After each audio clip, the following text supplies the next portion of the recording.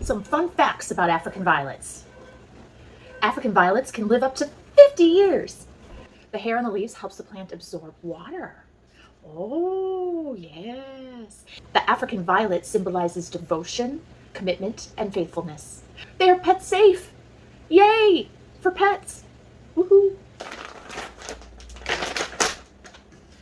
Save yourselves.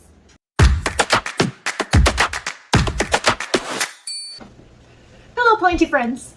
My name is Morgan, and today we are going to learn and repot my little African violet.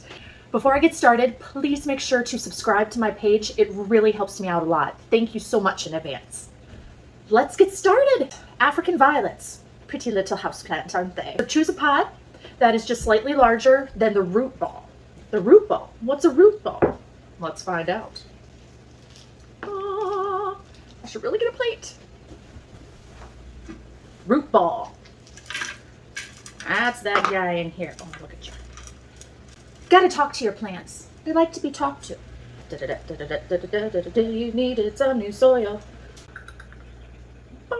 Root ball.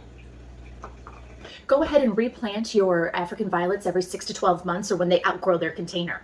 When you are repotting your African violet, you should avoid planting them any deeper than they were originally planted. I think that looks pretty good. So you should also be careful not to bury the plant's crown.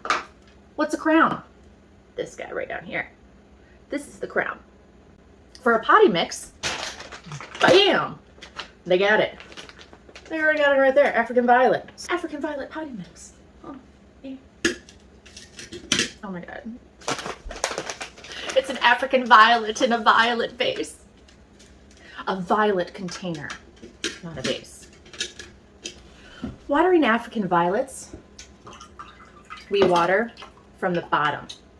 The leaves do not like to get wet, or they'll get something called spotting, and it will make them have like moldy, soggy looking leaves, which nobody wants that. So get a big old bowl. You're gonna have it get sucked up from the bottom. Let it sit here for about 20 to 30 minutes. You'll see the soil start to get wet at the top, and then you know your African violet is all watered and ready to go. When you're done, just let the pot sit out on a tray and let it finish dripping, and it'll get out all that excess water. So that will be good to go. Drip, drip, drip. I'm gonna let her sit here. African violets need indirect light. So we want to make sure that we don't have it obviously directly in the sun, do we? No, no, no, no, no. Make sure something is blocking it, like a tree outside or curtains on the window, something that will make it indirect light. This plant likes temperatures between 65 and 75 degrees. A little warmer during the day, a little cooler at night for it to grow just right.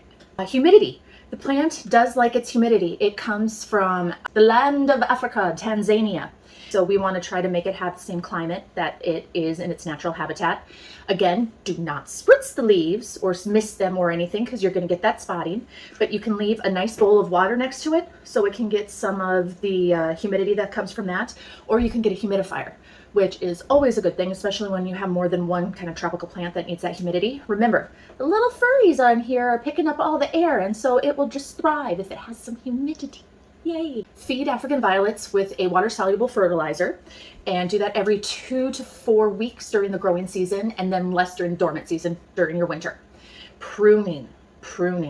You want to go ahead and prune all the yellow or dead leaves on the bottom. Sometimes I just use my little pincher fingers there, but otherwise use little scissors, get in there and clean that all up so that you have a nice growing African violet. It'll help it also get bushy, which is really fun too. We want that. We want a bushy African violet.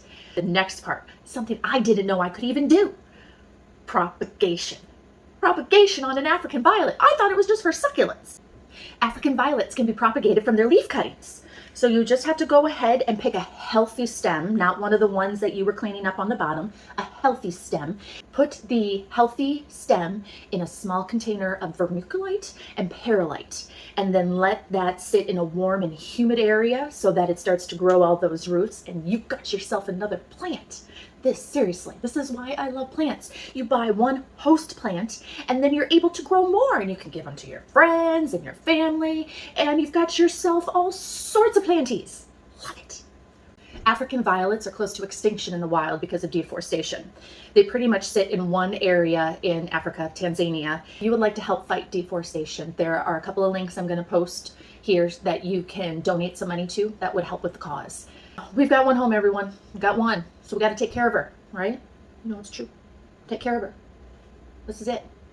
Our Mother Earth. That's all we got. Take care of her. Really super easy, the African violet. Probably why it's one of more of the popular houseplants. That's all for me. Hope you were able to glean some sort of information from my video today. Please make sure to like this video, subscribe to my channel, and then hit that notification button so that you can keep up to date on all things planting. Happy planting. Yay. She's pretty. African violet in a violet container. Clever.